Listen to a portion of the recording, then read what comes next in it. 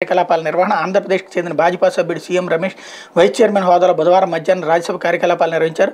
సాధారణంగా సభా కార్యక్రమాలను చైర్మన్ లేదంటే డిప్యూటీ చైర్మన్ నిర్వహిస్తారు. వారిద్దరు లేనప్పుడు సభలో సీనియారిటీ ఉన్న సభ్యుల ప్యానెల్‌ను తయారు చేసి వైస్ చైర్మన్ హోదాలో సభ నిర్వహణ బాధ్యతలు రొటేషన్ పద్ధతిలో అప్పగిస్తుంటారు.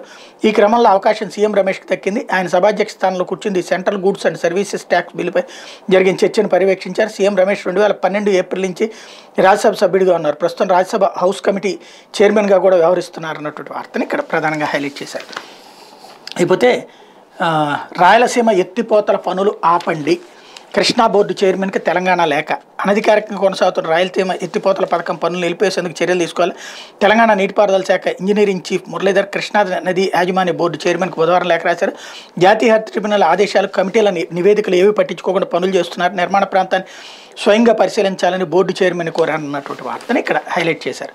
లేకపోతే సాక్షి వచ్చేటప్పటికి వాళ్ళ 8వ తరగతి విద్యార్థులకు ఉచితంగా ట్యాబులకు సంబంధించినటువంటి అంశాన్ని హైలైట్ చేసి రాష్ట్ర వ్యాప్తంగా ప్రభుత్వ పాఠశాలలో మరియు ఎయిడెడ్ పాఠశాలలో 8వ తరగతి చదువుతున్న 4,34,185 మంది విద్యార్థులకి 620 కోట్ల వ్యయంతో బైజూస్ ప్రీలోడెడ్ కంటెంట్తో కూడిన ట్యాబులు ఉచితంగా పంపిణీ.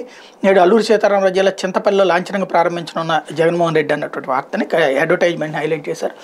మేబీ నిన్న ఈ సభ జరిగిందిగా తెలుగుదేశం జనసేన సభ, దానికి కౌంటర్ ఈ వేదిక నుంచి ఇచ్చేటువంటి అవకాశం ఉంటుంది. ఎందుకంటే జగన్మోహన్ రెడ్డి ప్రెస్ కాన్ఫరెన్సులు పెట్టి స్పందించరు, ఈ టైప్లో స్పందిస్తూ ఉంటారు కాబట్టి జరిగేటువంటి అవకాశం ఉంటుంది. ఇకపోతే ఆరోగ్యానికి ఆట బాట అంటూ 2 ప్రధాన లక్ష్యాలతో